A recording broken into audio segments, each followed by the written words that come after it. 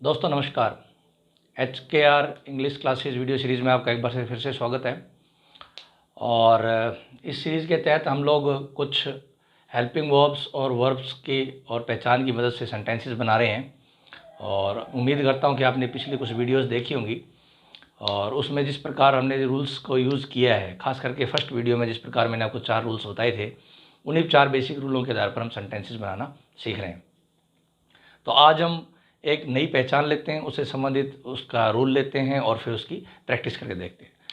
आज जो मैं आपके सामने पहचान लेने जा रहा हूँ, ये पहचान वही पहचान है जो पहचान इससे पहले वाली 2 वीडियो में आपने देखी है।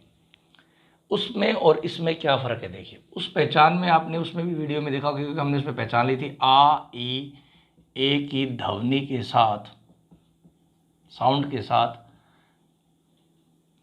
एक वीडियो में तो सिर्फ आ ई ए की ध्वनि इतनी ही बात की थी। दूसरी वीडियो में हमने देखा था कि आ ई की ध्वनि के साथ में है था। इस वीडियो में देखेंगे आ ई ए की ध्वनि के साथ आपको मिलेगा था। जैसे चुका था, दिए थे, लिए थे या लिया था, इस तरीके के वर्ड मिलेंगे आपको। यानी कि आ ई ए की ध्वनि आएगी और उसके साथ में था साउंड मिलेगा आपको। ठीक है। अब मैंने एक देखा था, जैसे मैंने खाना खाया, तो वो सब्जेक्ट प्लस वर्ब की सेकंड फॉर्म से बन जाएगा। मैंने खाना खाया है, तो वो सब्जेक्ट प्लस हैज है प्लस वर्ब की थर्ड फॉर्म से बन जाएगा। इसी प्रकार हम आज ये वाला करेंगे, मैंने खाना खाया था। मतलब बहुत ही हल्का हल्का अंतर है, उसी पर हम धीरे धीरे बात करेंगे। क्या रूल इसमें यूज़ होता है देखिए।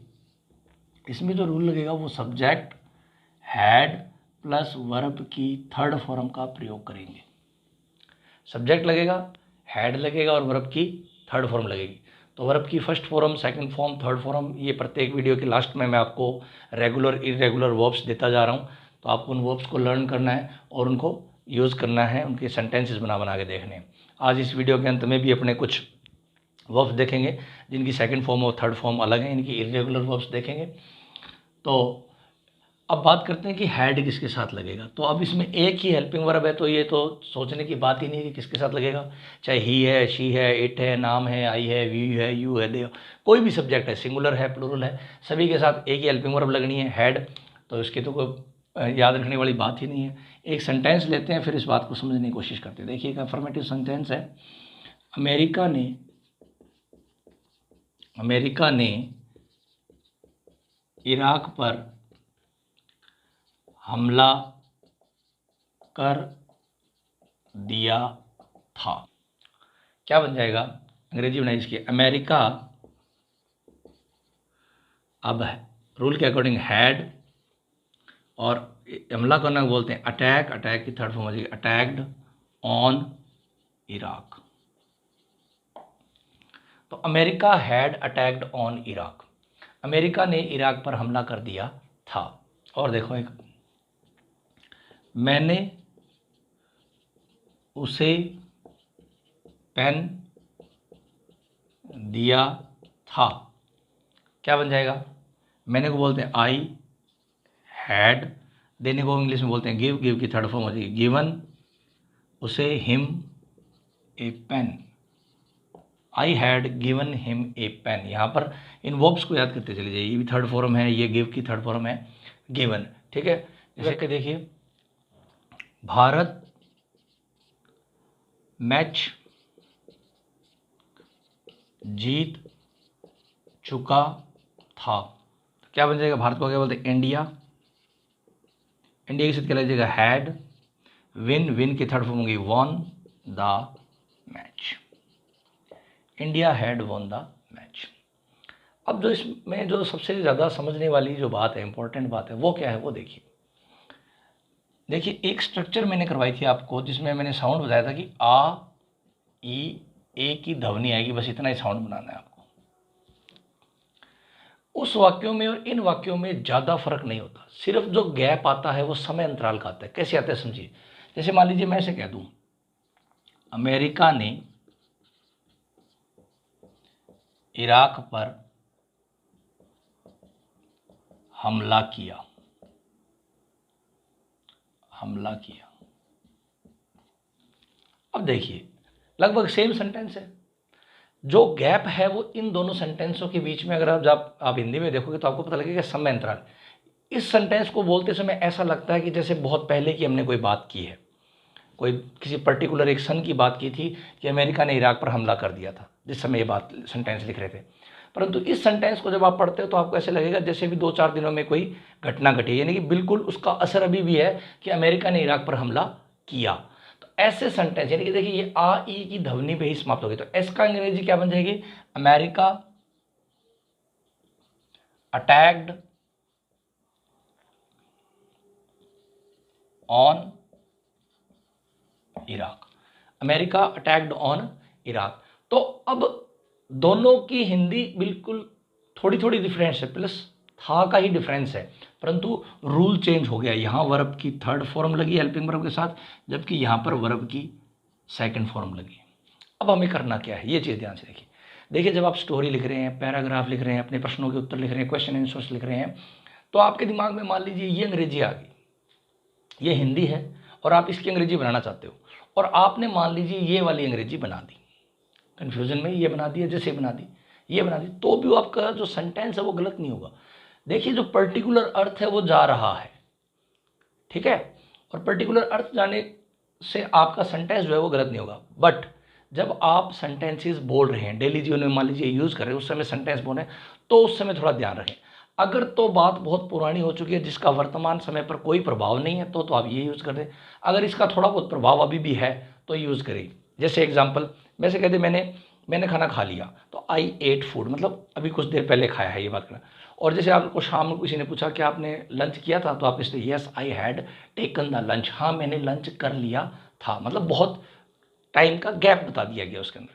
तो ये बोलते समय ध्यान रखते हैं। लिखते समय आपको इसकी कोई ज़्यादा टेंशन लेने की जरूरत नहीं है, स्पेशली जब आप पैराग्राफ लिख रहे हैं, आर्टिकल्स लिख रहे हैं, क्वेश्चन आंसर लिख रहे हैं। और मैं आपको सभी को ये रिकमेंड करूँगा कि आप इस स्ट्रक्चर को लिखा करें। इसीलिए मैंने आपको उसी टाइम कहा था कि बहुत ही इंपॉर्टेंट स्ट्रक्चर्स है, इसके ऊपर वाक्य बनाएं। अगर ये वाला वाक्य आप ऐसे बना देंगे तो भी गलत नहीं होगा। हाँ, पर ये ध्यान रखना है कि हैड के साथ थर्ड फॉर्म लगानी है और यहाँ सीधी सेकंड फॉर्म लगानी है, ठीक है, फॉर्म्स आपकी गलत नहीं हो। तो ये एक बात थी जिसमें ज़्यादातर बच्चे कंफ्यूज है। जैसे मैं ऐसे कह दूँ, मैंने उसे पेन दिया, मैंने उसे पेन दिया, ठीक है, और आप अंग्रेजी ये बना दो, I gave him a pen, तो भी गलत नहीं होगा ना, ये तो बन गई सेकंड फॉर्म। और अगर आप इसको ऐसे लिख देते, मान लो एग्जाम में, I had given him a pen, तो भी कोई ज़्यादा फर्क नहीं पड़ता। सामने वाले को मैसेज यही कन्वे हो रहा है कि आपने उसे पेन दिया। दोनों ही वाक्य आपके सही हो जाएंगे जब आप किसी पैराग्राफ वगैरह में लिख रहे हैं। तो आप किसी भी एक चीज़ को चूज़ कर सकते हैं, और आप कोशिश करें कि आप ऊपर वाला ही चूज़ करें, ठीक है। बट बोलते समय, कन्वर्सेशन के समय आपको पता होना चाहिए कि समय अंतराल क्या है। अगर बात का कोई प्रभाव नहीं है तो हैड प्लस थर्ड लगाएं, और अगर बात का कोई प्रभाव है तो फिर सेकंड फॉर्म लगाएं। ये बहुत इंपॉर्टेंट है और ये दोनों के बीच में अंतर रहता है। बच्चे ज़्यादातर कन्फ्यूज़ हो जाते हैं, ज़्यादा कन्फ्यूज़ होने की जरूरत नहीं है। हाँ, अगर आपको याद रख सकते हो तो बहुत ही बेटर है। जब आप था लगा रहे हैं तो हैड प्लस थर्ड लगाएं, और था नहीं लगा रहे तो फिर सेकंड फॉर्म लगाएं। अगर आप ये कर सकते हैं तो बहुत बेटर है। परंतु अगर थोड़ा बहुत इधर उधर कर भी दिया तो सेंटेंस पर इसका कोई असर नहीं पड़ेगा, ये दोनों सेम ही से होते हैं, ठीक है। तो इस बात का विशेष रूप से ध्यान रखना है बच्चे, कहीं साउंड को लेकर के आप लोग ज़्यादा परेशान मत हो जाना, ठीक है। तो ये था अफर्मेटिव वाक्य। अब अपने करते हैं नेगेटिव सेंटेंसेस। नेगेटिव सेंटेंस में क्या लगाते हैं? नॉट, और नोट किसके साथ लगाना है हमें? हेल्पिंग वर्ब के साथ। अगर आप इनको संयुक्त रूप से लिख दोगे तो हैडंट बन जाएगा, ठीक है। एग्जाम्पल देखिए, उसकी बहन इतनी नहीं रोई थी, क्या बन जाएगा? उसकी बहन, हिज या हर जो भी है, हिज सिस्टर, अब क्या आ जाएगा? हेड के साथ नोट आ जाएगा। हैडंट इकट्ठा लिखोगे तो हैडेंट हो जाएगा, अलग अलग लिखोगे तो हैड नॉट हो जाएगा। तो हिज सिस्टर हैडेंट, रोने को बोलते हैं इंग्लिश में वीप, और वीप की थर्ड फॉर्म होती है वेप्ट। अब इतनी के लिए आप लगा सकते हैं सो मच, तो ये बन जाएगा his sister hadn't wept so much, उसकी बहन इतनी नहीं रोई थी, ठीक है। तो ये वर्ब्स आप याद रखें, ये वर्ब की थर्ड फॉर्म है वीप की, ठीक है, जितने ज़्यादा सेंटेंसेस बनाएंगे ऑटोमेटिक आपको वर्ब्स जो है वो याद होते चले जाएंगे। ठीक है, और देखिए, वह लड़का कभी स्कूल नहीं गया था। वह लड़का कभी स्कूल नहीं गया था। अब देखिए, इंग्लिश में एक चीज़ समझिए, अगर कभी नहीं शब्द आए हो ना, कभी और नहीं दोनों साथ आ जाए, तो इनका एक पर्टिकुलर वर्ड है, मतलब इकट्ठा वर्ड है, नेवर। आप नेवर लगा के दोनों साथ एक साथ काम चला सकते हैं। ठीक है, और नेवर के अंदर नेवर का पूरा अर्थ है कभी नहीं, और जब आप नेवर का प्रयोग कर रहे हो फिर नोट मत लगा देना। ठीक है, कहीं नहीं को देख के नेवर भी लगा दो और नोट भी लगा दो, ऐसा नहीं करना। नेवर में अंदर नोट आ ही जाता है। तो इसका अंग्रेजी क्या बन जाएगी, डैट बॉय हैड। अब देखिए, नोट के साथ नोट लगाते हैं हेड के साथ, तो यहाँ हेड ना लगा के आप लिख दो नेवर। इस नेवर का पर्टिकुलर अर्थ बन जाएगा कभी नहीं। क्या बन जाएगा, डैट बॉय हैड नेवर। अब जानो कहते हैं गो, गो की थर्ड फॉर्म हो जाएगी gone. That boy had never gone, कहाँ नहीं गया, टू स्कूल। तो आप ऐसे भी कुछ वर्ड्स बना सकते हैं। ठीक है, बट ऐसे मत लिख दीजिएगा that boy had never not gone, ऐसा नहीं होगा। नेवर आ गया तो फिर नोट नहीं आएगा। ठीक है, अब देखते हैं हम इंटेरोगेटिव वाक्य। आपको मैंने बताया था कि इंटेरोगेटिव वाक्य कितने प्रकार से बनते हैं, दो तरीके से बनते हैं। जैसे पहला लीजिए, क्या उसने तुम्हारी बेइज्जती की थी। क्या उसने तुम्हारी बेइज्जती की थी, बहुत ही इंपॉर्टेंट है और बहुत बार बोला जाता है। तो क्या बन जाएगा, हम हेल्पिंग वर्ब को पहले लिख लेंगे, हैड ही। और बेइज्जती को इंग्लिश में बोलते हैं इंसल्ट। इंसल्ट की थर्ड फॉर्म हो जाएगी insulted. Had he insulted you, had he insulted you, क्या उसने तुम्हारी बेइज्जती की थी क्या। ठीक है, और देखिए सेंटेंस ले लेते हैं अपने, क्या तुम्हारी उससे बात हुई थी। क्या तुम्हारी उससे बात हुई थी। तो क्या बन जाएगा, वही क्या वाला शुरू में आ गया, तो हेल्पिंग वर्ब को शुरू में लिखेंगे, हैड यू। और बहुत करने कहते हैं टॉक, टॉक की third form talked to him, had you talk to him, क्या तुम्हारी उससे बात हुई थी। क्या तुमने बिजली का बिल भरवाना या जमा करवाना, भरवा दिया था। क्या तुमने बिजली का बिल भरवा दिया था, क्या बन जाएगा, क्या के लिए वही बस या हैड बार, तुमने के लिए यू, हैड यू। और बिजली का जो है बिल वगैरह होता है, जब इसको अपने करते हैं तो डिपॉजिट होता है, तो had you deposited third form हो जाएगी, had you deposited the electricity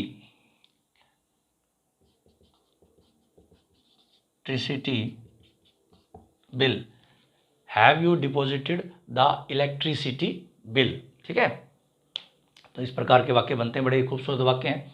आप इनको अगर सेकंड फॉर्म करके भी बना लोगे तो ज़्यादा कोई फर्क नहीं आएगा, सिर्फ समय अंतराल का गैप आएगा, जैसे मैंने आपको शुरू में बताया था। एक ये हो गया, और एक हम किससे बनाते हैं, एक दूसरा वाक्य किससे बनता है, WH वर्ड से। ठीक है, WH वर्ड के बाद में मैंने आपको रूल में बताया था क्या लगता है, WH वर्ड के बाद में हमेशा ही हेल्पिंग वर्ब का प्रयोग करना है, और उसके बाद आपको क्या लगानी है, सब्जेक्ट लगाना है। ठीक है, जैसे तुम अपने कपड़े खुद क्यों धोते थे। तुम अपने कपड़े खुद क्यों धोते थे, तो क्या बन जाएगा, पहले क्यों के लिए हम क्या लगाएंगे, वाई। WH वर्ड के बाद में क्या लगेगा, helping verb, why had you, कपड़े धोने कहते हैं वॉश, वॉश की थर्ड फॉर्म हो जाएगी washed, why had you washed your clothes. अब ध्यान रखना, जब ये खुद जैसे वर्ड होते हैं इनके लिए इंग्लिश में बनता है योर सेल्फ। ठीक है, तो अगर यू है तो योर सेल्फ, आई है तो माई सेल्फ, आवर है तो our self, our selves.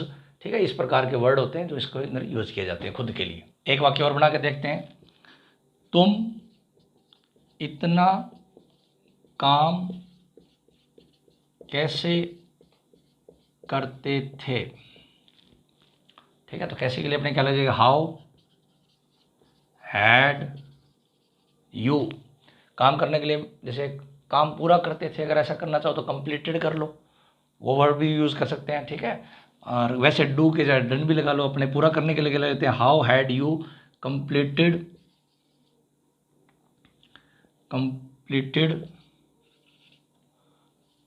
So much work. How had you completed so much work, तुम इतना काम कैसे करते थे, ठीक है। और आप ऐसे भी बना सकते हैं, how had you done so much work, तो वो कंप्लीटेड और डन एक ही जैसे हो जाएगा, कंप्लीट पूरा करने का अर्थ में आ जाता है, ठीक है। तो देखिए उन्हीं रूल के आधार पर हम सेंटेंस बना रहे हैं, कहीं भी कोई फ़र्क नहीं है। अगर हमें जो चीज़ याद रखनी है वो ये है कि कौन सी पहचान आने पर हमें कौन सा स्ट्रक्चर यूज़ करना है, इसमें एक चीज़ ये याद रखनी है। और दूसरे, इसमें भी जो हम वाक्य बना रहे हैं उन सभी में कोई ना कोई सब्जेक्ट है। विदाउट सब्जेक्ट वाले सेंटेंसेस कैसे बनते हैं वो हम नेक्स्ट वीडियोज़ में सीखेंगे। अभी आपको सेंटेंसेज में सब्जेक्ट वाले वाक्य सीखने हैं, उसके बाद बिना सब्जेक्ट वाले वाक्य सीखने जो पैसिव सेंटेंसेज होंगे। लगातार आप अभ्यास करते रहेंगे तो निश्चित रूप से आएगा, ठीक है। तो अब अपने इसी से संबंधित जो है वो 10 वाक्य देखते हैं और उसके बाद में आज कुछ नई इरेगुलर वर्ब्स देखेंगे, ठीक है। तो अब हम देखते हैं 10 नए सेंटेंसेस, ठीक है। तो ये रहे 10 वाक्य। अब अपने इनकी अंग्रेजी बना के देखते हैं। सारे के सारे जो वर्ड हैं मैंने उनके पीछे वही देखिए आई ए प्लस था का प्रयोग किया है। तो आई था वाली जो एक्सरसाइज है जो अभी हमने समझी है उसको करते हैं। और सभी में मैंने देखो कोई ना कोई सब्जेक्ट लिया, तो मैंने आपको कहा था कि आप कोई ना कोई सब्जेक्ट लेकर के फिर ही जो है वो वाक्य बनाए, ठीक है। तो पहला सेंटेंस है, उसने मेरे बड़े भाई से क्या कहा था। देखिए क्या बीच में आ रहा है, WH वर्ड वाला क्वेश्चन हो गया। और इस क्या के लिए हम क्या लगाते हैं, व्हाट। और मैंने कहा था WH वर्ड के बाद में आपको क्या लगानी है, हेल्पिंग वर्ब। इस पहचान में क्या हेल्पिंग वर्ब आती है, हैड। तो व्हाट हैड, अब क्या आ जाएगा, उसने, व्हाट हैड ही, ठीक है। कहने को बोलते हैं से की थर्ड फॉर्म हो जाएगी सैड। तो what had he said to my, बड़े को कहते हैं एल्डर ब्रदर। तो what had he said to my elder brother, उसने मेरे बड़े भाई से क्या कहा था, ठीक है। दूसरा देखिए, हमने अपने घर का किराया दे दिया था। तो हमने को इंग्लिश सिंपल सेंटेंस है, हमने के लिए हम क्या लगाएंगे, वी, ठीक है। और दिया था के रूल के अकॉर्डिंग हमारे पास क्या आ जाएगा, हैड के बाद में देखो किराया देने को मैंने चुकाना हो गया एक प्रकार का, पे की थर्ड फॉर्म हो जाएगी paid. We had paid the rent, we had paid the rent. अब देखिए जो है घर है, घर के लिए क्या लिखेंगे, ऑफ आवर होम। अब बच्चे कहेंगे होम क्या है। देखिए एक बात कहता हूँ, अगर तो कोई घर है वो आपका खुद का है तो हाउस का प्रयोग करना चाहिए, अगर रेंटेड है तो होम का प्रयोग करना चाहिए। बस दोनों में बेसिकली जो फ़र्क रहता है वो यही रहता है। बाकी कॉमनली लोग होम हाउस एक साथ भी प्रयोग कर देते हैं, बट जो थोड़ा बहुत जो इसके अंदर फ़र्क है वो यही है कि होम जो है वो किराए के मकान के लिए यूज़ किया जाता है, जबकि हाउस जो है वो खुद के मकान के लिए यूज़ करते हैं। आगे देखिए, मेरे बड़े भाई ने MA नहीं की थी। अब इसको कई बार हिंदी में कई तरीके से बोलते थे, जैसे मेरे बड़े भाई ने MA नहीं की थी, मेरे बड़े भाई ने MA पास नहीं की थी, या मेरे बड़ा भाई MA नहीं है। तो लगभग सभी के एक से अर्थ निकलता है। तो इसकी अंग्रेजी जो बन जाएगी वो बन जाएगी माई ब्रदर, बड़ा भाई है तो माई एल्डर ब्रदर, और हैड, और नहीं वाला वाक्य है इसलिए क्या लगाएंगे, नॉट। इकट्ठा जोड़ोगे तो हैडेंट बन जाएगा। तो माई elder brother had not. Clear करने के लिए यह एक वर्ब है, पास्ड MA। अब देखिए इसमें अब कई बार होता है कि सर की के लिए तो फिर डू होता है करने के लिए, तो कुछ क्रियाएं ऐसी जिसका पूरा अर्थ होता है, जैसे पास्ट मतलब पास करना, तो प्रॉपर वर्ड लगा दो तो ज़्यादा खूबसूरत लगता है, बढ़िया लगता है। तो माई elder brother had not passed MA। क्या मेहमान चले गए थे। अब क्या वाला वाक्य देखिए शुरू में आया तो हेल्पिंग वर्ब शुरू में लग जाएगी, हैड द गेस्ट्स, जाना हो कहते हैं गो की थर्ड फॉर्म हो जाएगी gone. Had the guest gone, क्या मेहमान चले गए थे, सिंपल वाक्य बहुत बार बोलते हैं हम। तुमने उससे मेरे बारे में बात क्यों नहीं की थी। अब देखो क्यों वाला वाक्य है, WH वर्ड है, साथ में नहीं आया, दोनों काम हुए हैं। तो मैंने आपको बताया था कि WH वर्ड के बाद में क्या लगाना है, हेल्पिंग वर्ब, और नॉट को साथ ही लगा दो उस टाइम, ठीक है, ताकि नोट वाला चक्कर ही ना रहे। तो वाई हैडंट ऐसे लिख लिया करो। और ये ऐसे लिखते मैंने बताया था, हैड और नॉट को आप अलग अलग नहीं लिख सकते। तो वाई हैडंट, अब देखिए मेरे बारे में बात करें तो हेल्पिंग वर्ब लगाएंगे, वाई हैडंट यू टॉक की थर्ड फॉर्म टॉक्ड, उससे बात की थी टू हिम, मेरे बारे में अबाउट मी। सिंपल है, सेंटेंस को जोड़ दीजिए, पीछे से चले देखो क्यों नहीं के लिए लग गया वाई हैडंट, ठीक है, बात करने के लिए हो गया टॉक्ड, सब्जेक्ट इसमें तुमने था वो लगा दिया यू, तो वाई हैडंट यू टॉक्ड, उससे बात टू हिम, मेरे बारे में अबाउट मी, चाहे अबाउट मी को पहले लिखे टू हिम बाद में लिख दो तो भी कोई दिक्कत नहीं, फिर ये बन जाएगा why hadn't you talk about me to him, या आप ऐसे बना लो why hadn't you talked to him about me, दोनों ही तरीके में वाक्य सही है। आगे देखिए, पिताजी ने यह खबर पहले नहीं पढ़ी थी, तो पिताजी सिंपल सेंटेंस है, नेगेटिव सेंटेंस है, माय फादर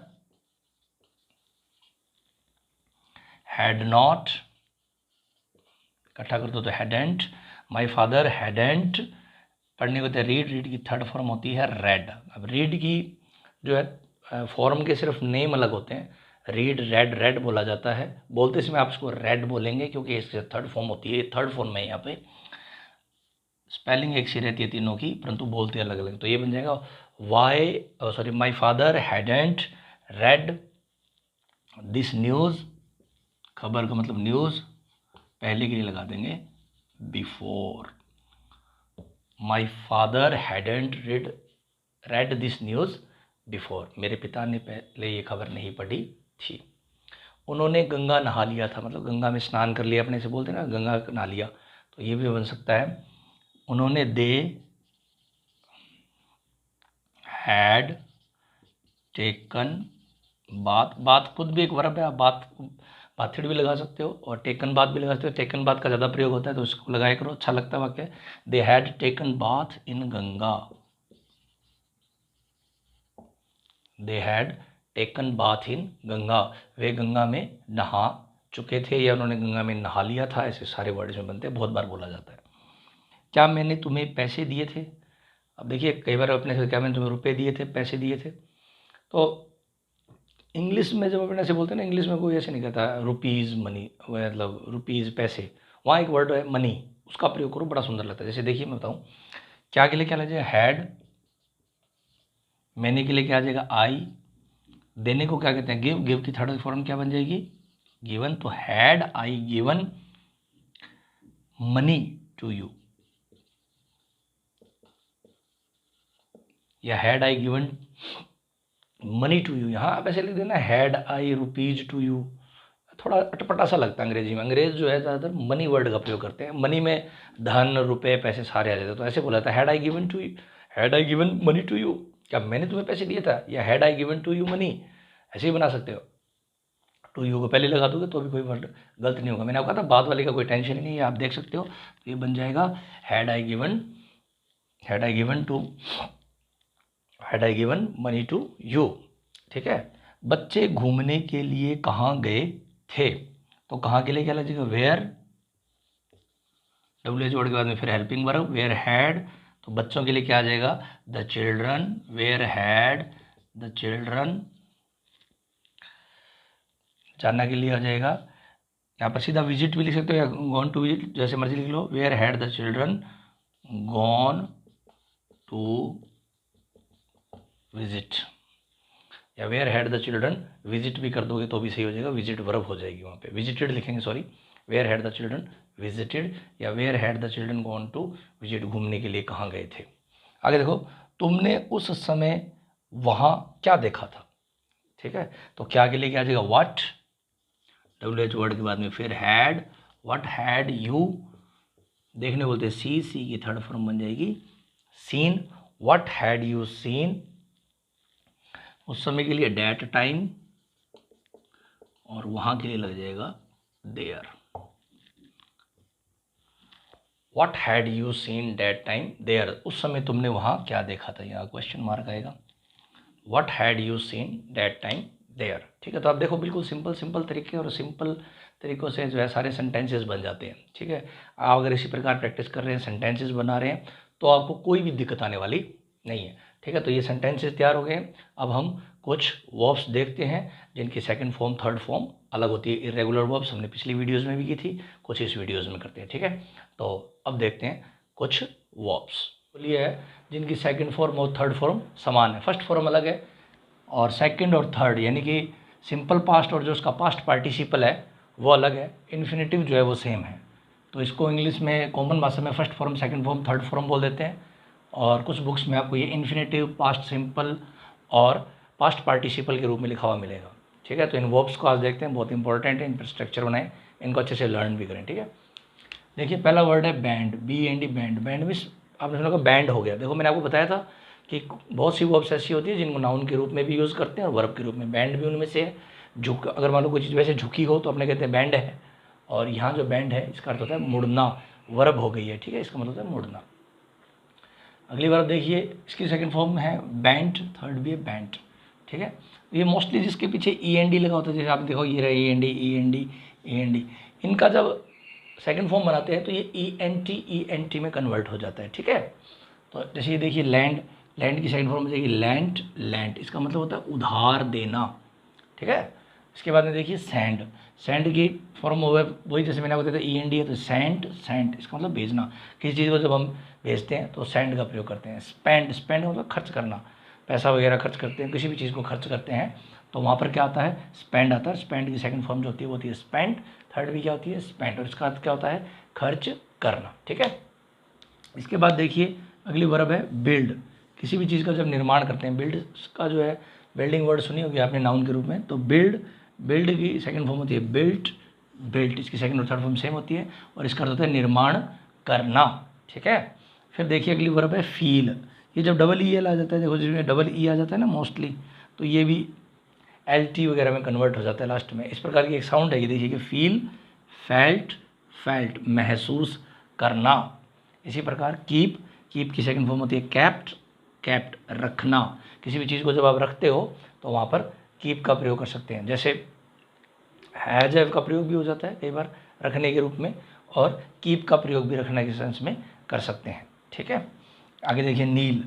ये नील होता है, नी सुना होगा आपने, नी मीन्स घुटना, झुकना, घुटने पे झुका देते हैं, तो उसी से वर्ड लगभग बना हुआ है नील। नेल्ट इसका मतलब होता है झुकना। किसी चीज़ को जब झुकना हो या किसी चीज़ को जब झुका देते हैं तो वहाँ नील का प्रयोग करते हैं। स्लीप वही देखिए नाउन के रूप में यूज़ करोगे तो सोना अर्थ हो जाएगा, जबकि हम वर्ब के रूप में यूज़ करें तो भी सोना ही होता है, मतलब सोने की क्रिया। ठीक है, इसकी जो सेकंड फॉर्म होती है स्लैप्ट और स्लैप्ट। ठीक है, इसी प्रकार स्वीप से ही नाउन बना हुआ है स्वीपर। ठीक है, और स्वीप इसकी सेकंड फॉर्म होती है स्वैप्ट, थर्ड फॉर्म होती है स्वैप्ट, झाड़ू लगाना। आपने देखा होगा क्रिकेट में भी बोलते हैं क्लीन स्वीप कर दिया है, तो उसका मतलब वही होता है पूरा साफ कर देना। झाड़ू लगाने में जब जैसे सारी चीज़ साफ हो जाती है, उसी प्रकार वो फ्रेज बना हुआ है, इसी से बना है स्वीप। ठीक है, आगे देखिए वीप। यहाँ हमने एक सेंटेंस लिखा भी था इससे, वीप से। तो वीप की वहाँ भी मैंने आपको बताया था कि इसकी सेकंड फॉर्म और थर्ड फॉर्म क्या होती है, वेप्ट होती है। वेप्ट का मतलब क्या होता है रोना। ठीक है, इसी प्रकार एक वर्ड है लीव का मतलब क्या होता है, देखिए नाउन के रूप में आप यूज़ करते हैं तब अवकाश अर्थ हो जाता है छुट्टी, परंतु यदि आप इसको वर्ब के रूप में यूज़ कर रहे हो तो इसका अर्थ होता है छोड़ना। किसी चीज़ को छोड़ते हैं तो लीव करते हैं। ठीक है, तो लीव इसकी सेकंड होती है लेफ्ट और लेफ्ट। अब ये देखो लेफ्ट और लेफ्ट वर्ब के रूप में यूज़ हो तो उसका अर्थ छोड़ना होता है, तब ये लीव की सेकंड फॉर्म होती है। परंतु अगर आप वैसे लेफ्ट करते हैं तो कई अर्थ निकलते हैं बायां की तरफ के लिए, जो अपने लेफ्ट का प्रयोग करते हैं नाउन के रूप में। तो वर्ड मीनिंग सेम है, हमें फंक्शन में देखना पड़ेगा। अगर आपने वर्ब के रूप में लिख रहे हो तो इसका अर्थ छोड़ना हो जाएगा, कहीं संज्ञा के रूप में यूज़ कर रहा हो तो इसका अर्थ बायां हो जाएगा। ठीक है, आगे देखिए ब्लीड जो है वो क्या है, अपने वर्ड देखा होगा ब्लड का मतलब होता है खून। ब्लड तो क्या है नाउन है। ठीक है, जो कि ब्लीड आपने सुना ब्लीडिंग हो रही है, वर्ड सुना होगा आपने, एक बार बोलते हैं लोग, तो वो यही वर्ड है ब्लीड का मतलब होता है खून निकलना, रक्त बहना। इसकी सेकंड होती है ब्लड, रक्त निकलना। ठीक है, आगे देखिए वर्ड है फीड का मतलब होता है भोजन कराना। खुद भोजन करते हैं तब तो ईट एट का प्रयोग करते हैं। जब आप किसी को भोजन करवाते हैं, जैसे आई फीड बेगर्स, मैंने भिखारियों को भोजन करवाया, तो ये होता है फीड। उस समय इसका प्रयोग करते हैं जब आप किसी को भोजन कराते हो। तो feed second form fed, third उसकी फॉर्म होती है फेड। ठीक है, तो पशुओं के लिए लेते हैं ना कि क्या लेके आए कि फीड लेके आए हैं, तो वो भोजन कराना होता है उनको, तो इसीलिए बोल देते हैं उसका। ठीक है, आगे देखो स्पीड। अब वही बात नाउन के रूप में यूज़ करोगे तो गति हो जाएगा इसका अर्थ, परंतु अगर आप क्रिया के रूप में जब इसका उपयोग करें तो तेज चलना में इसका अर्थ आएगा। तो इसकी सेकंड फॉर्म स्पेड, स्पेड होता है तेजी से चलना। इसी प्रकार लीड, ठीक है, लीड की सेकंड फॉर्म लेड, लेड किसी चीज़ को जब ले जाते हैं तो लीड का प्रयोग करते हैं। इसी प्रकार लॉस, अब ये देखिए एक तो लॉस ये होता है और एक लॉस होता है LOSS लॉस, उसका मतलब हानि होता है, और वो जो है ना वो संज्ञा है, नाउन है। और बच्चों को कई बार कहते हैं लॉस लिखो तो कई बच्चे ये स्पेलिंग लिख देते हैं, तो ध्यान रखना अगर क्रिया की जगह पे लिख रहे हो, आपको समझ में आ गया होगा कि हेल्पिंग वर्ब के बाद आप क्रिया लगाते हो, अगर वहाँ कोई सर आपको लॉस बोल रहे हैं तो इसका प्रयोग करना है, ये लॉस है फिर। और अगर कहीं शुरू में या लास्ट में कहीं लॉस लिखवा रहे हैं जहाँ क्रिया का कोई अर्थ नहीं है तो ऊपर वाले लॉस, तब हानि की बात करें। तो ये चीज़ ध्यान करो, बहुत से बच्चे एरर करते हैं, LOSC लिख देते हैं लॉस वाली जगह पे, या जहाँ पर हानि की बात कर रहे हैं वहाँ LOSC लिख देते हैं, कन्फ्यूजन समझ आता। ये क्रिया है, वर्ब है, और ये जो है ये नाउन है। इस लॉस की सेकंड फॉर्म होती है लॉस्ट एंड लॉस्ट, खोना, कोई चीज़ खो जाती है तब लॉस का प्रयोग करते हैं। इसी प्रकार शूट, शूट का मतलब होता है गोली चलाना, ठीक है, शूट शूट शूट, ये सुना होगा आपने शूट का। तो इसकी सेकंड फॉर्म याद रखना, एक ओ कम हो जाता है, SHOT शूट। आगे देखिए गेट, गेट की सेकंड होती है गॉट, और थर्ड फॉर्म भी होती है गॉट। कहीं कहीं आपको गॉटन भी पढ़ने को मिल जाएगा, यूज़ होता है। दोनों में बेसिकली कोई फ़र्क नहीं है, आप गॉटन भी लिख सकते हैं, गॉट भी लिख सकते हैं। क्या है कि वर्ल्ड में दो टाइप की इंग्लिश ज़्यादा फेमस है, एक इंग्लिश अमेरिकन है और एक इंग्लिश जो है वो ब्रिटिश है। तो ब्रिटिश लोग जो है इस गॉट का प्रयोग करते हैं, अमेरिकन जो है वो गॉटन का प्रयोग करते हैं, बस ये इतना सा डिफरेंसेस है। और हमें इस बात से कोई हेडेक नहीं है, आप गॉट गॉटन जो मर्जी लगा सकते हैं, इसका जो अर्थ होता है वो होता है प्राप्त करना, ठीक है। इसी प्रकार लाइट, देखो लाइट को नाउन के रूप में यूज़ करते हैं तो हम बताते हैं बिजली, है ना, लाइट, वो लाइट होती है, परंतु आप इसे क्रिया के रूप में भी यूज़ कर सकते हैं, किसी चीज़ को जलाना जब होता है वो लाइट होता है, ठीक है। तो लाइट, इसकी सेकंड फॉर्म लिट होती है, थर्ड भी लिट होती है। तो बहुत ही इंपॉर्टेंट वर्ब्स है, आप इन वर्ब्स पे सेंटेंसेस बनाइए, इनको लर्न करें, नोटबुक के ऊपर से नोट भी कर लें, ताकि आपको बारी बारी जो है वीडियोस नहीं देखनी पड़े, और आपके पास जब भी आपको वर्क बनाना हो तो आपके पास वर्ब्स लिखी हुई हो, ठीक है। तो उम्मीद कर रहा हूँ कि आप सेंटेंसेस बना रहे होंगे, आपको वीडियो पसंद आ रही होगी। अगर आपको वीडियो पसंद आ रही है, आप सेंटेंसेस बना रहे हैं, तो प्लीज़ वीडियोज़ को लाइक करें, शेयर करें और सब्सक्राइब करें। धन्यवाद।